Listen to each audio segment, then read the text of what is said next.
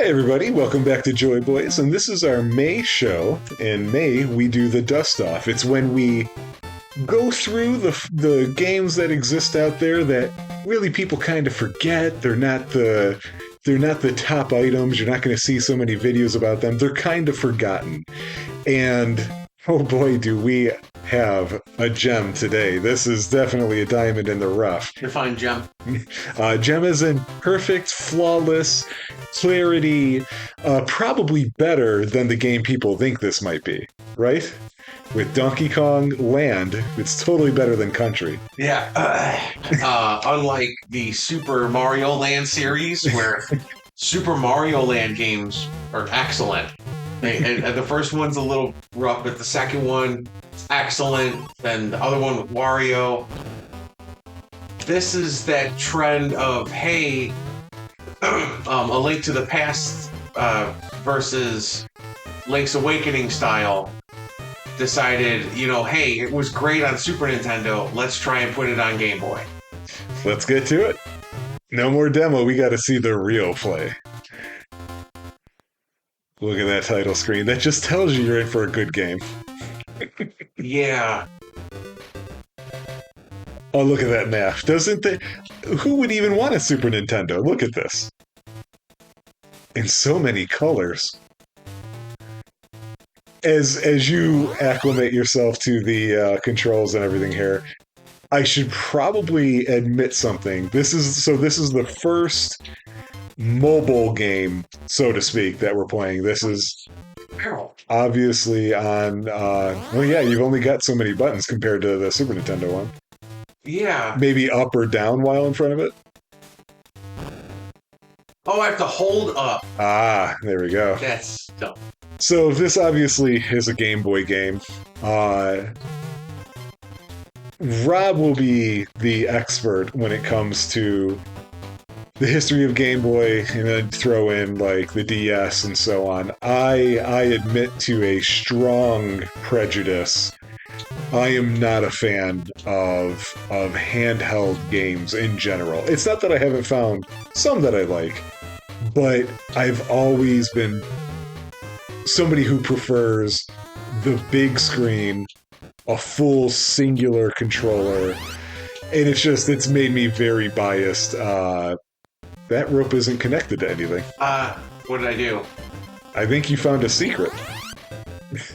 That coin farted at me. So when it comes to these, I'm probably rougher on them than I need to be. I'll just putting that out there, to be honest. How are you doing that? The select button Okay. switches from Donkey Kong to Diddy Kong. That seems logical. Good.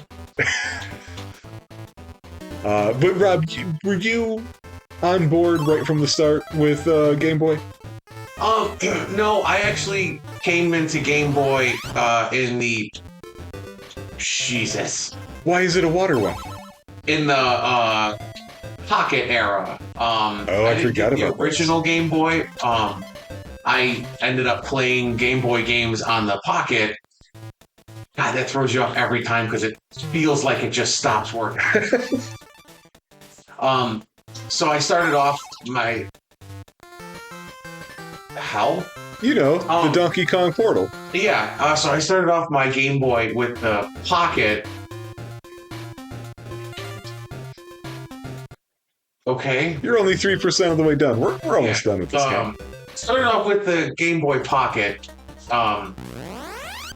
Really enjoyed it. Went back to play the other a lot of the other titles, but I tell you what, is it gonna give me Donkey Kong now? Oh, it is in a Donkey Kong Tornado. So in the Game Boy days, after you get the Game Boy Pocket, I didn't know that was a barrel right there. Oh, good. He died and went to heaven. Yeah.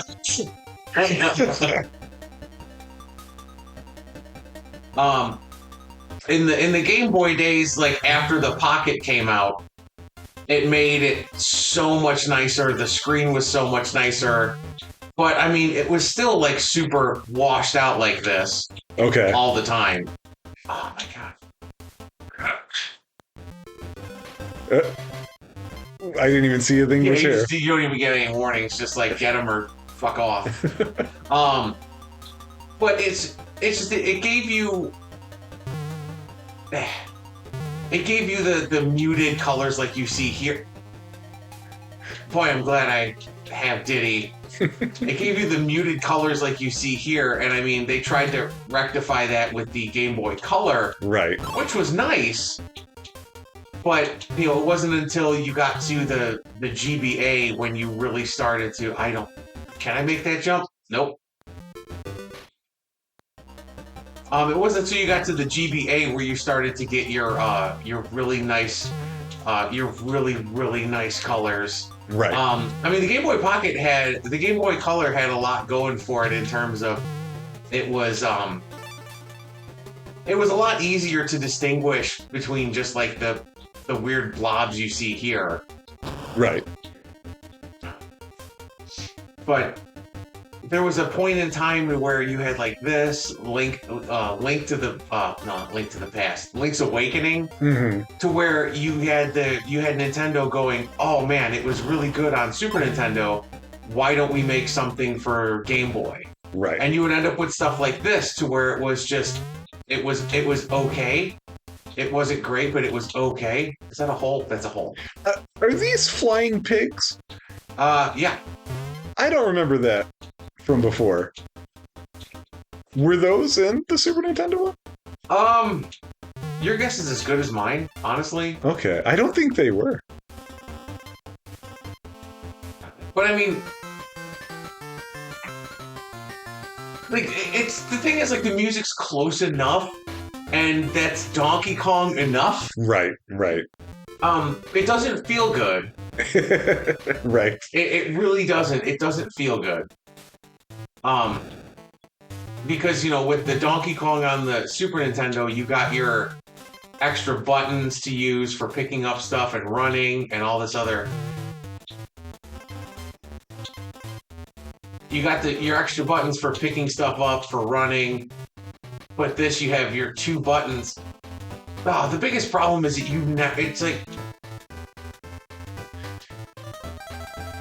it's like, okay, so in Donkey Kong Country, I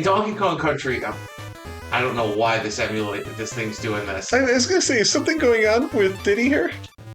It was happening with Donkey Kong too. Okay, because the thing is, like with the Super Nintendo one, you actually, there it is.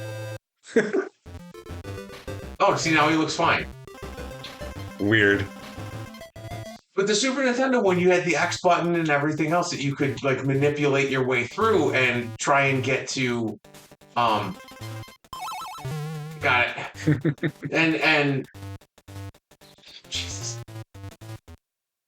Really? Okay. Rob, you can only grab a vine from the bottom, not the top. Right? You Neanderthal vines. And there's no like decent sense of speed in this game. Okay, good. There's those bananas you can see. I mean, I didn't think you were gonna make it. Yeah, neither would I. But the thing is, like with Donkey Kong you get that sense of speed, like you're zipping through the levels. Right. The cartwheel or the somersault that you get from Donkey Kong or Diddy Kong. It's supposed to give you like a little extra boost. Right. When you get to the edge, but you don't feel that in this. It's just this part of this level that they can't look normal. That's so strange.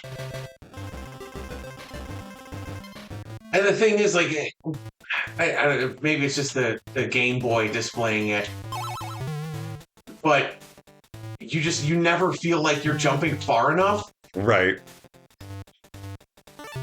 Yeah, when testing this, I will admit I played as little as possible. I could have sworn I hit him I could have sworn I hit him. But yeah, you don't feel like you're traveling far enough. Okay, the roll's working. Yeah, it just, man, it feels really slow. Because with the Donkey Kong with the Super Nintendo, I feel like you have this like flow of running through the level in order to get to where you need to go.